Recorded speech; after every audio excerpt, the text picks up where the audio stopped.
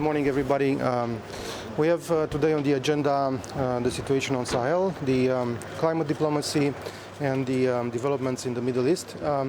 On Sahel, we will discuss together the ways to improve the security situation and the humanitarian situation in the region. I welcome the J5 Sahel Summit convened recently at the initiative of President Macron. It's a very good initiative, and we will see how to improve the situation there. I think the international community should help the countries in the region assume more local and regional ownership. Romania is involved, and we have a substantial contribution in the UN mission in Mali with 120 troops and 4 military helicopters.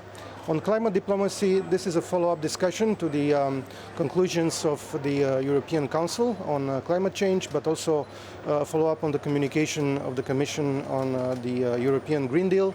We will discuss how to improve our outreach to the partners in order to promote our objectives on climate change, but also how to work together with our partners in order to counter the effects of the climate change, in order to counter the climate change. And Romania is very much behind this effort. We support this effort, and we are willing to work together with our partners, especially with vulnerable states like small island developing states in the Pacific and other vulnerable regions. For instance, we would very much support efforts by the UN in order to counter the effects of sea level rise, which is a phenomenon which is prompted by climate change in the region. I'm also a member of the International Law Commission, and in this capacity I work in a study group. I'm co-chairing a study group on countering the effects of sea level rise with the tools of international law.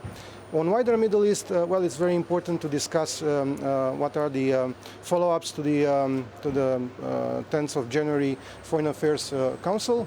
We will see how EU can get more involved in the region in the efforts to promote de-escalation after the recent crisis.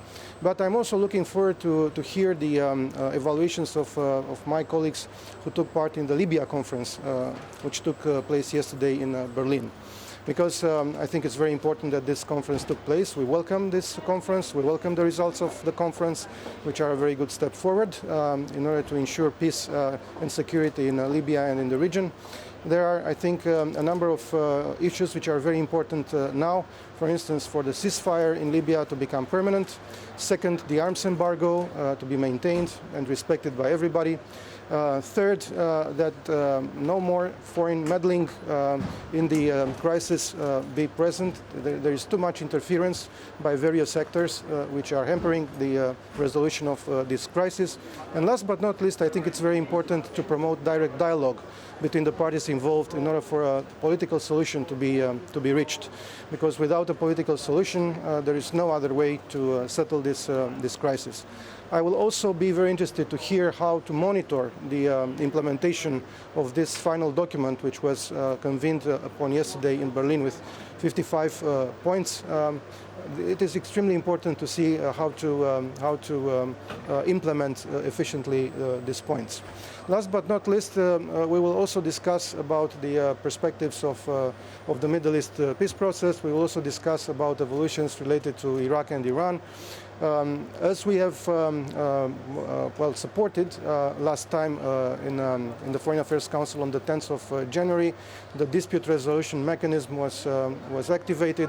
This is a good step in the right direction, I think, because it allows for more diplomatic maneuvers in order to calm the situation in the region and to make Iran comply with the joint comprehensive plan of action. Thank you. Minister, if you allow me, about Libya, you were talking about the non-embargo, the Libyan people, and this is one of the resolutions yesterday. How can the European ensure that this will work? How can you make sure that the Turkish will withdraw their troops from there? This is a matter of discussion for today, and I just mentioned the fact that it is important to see how these 55 points will be implemented, including the arms embargo, and how the European Union can be more influential in that perspective. Thank you.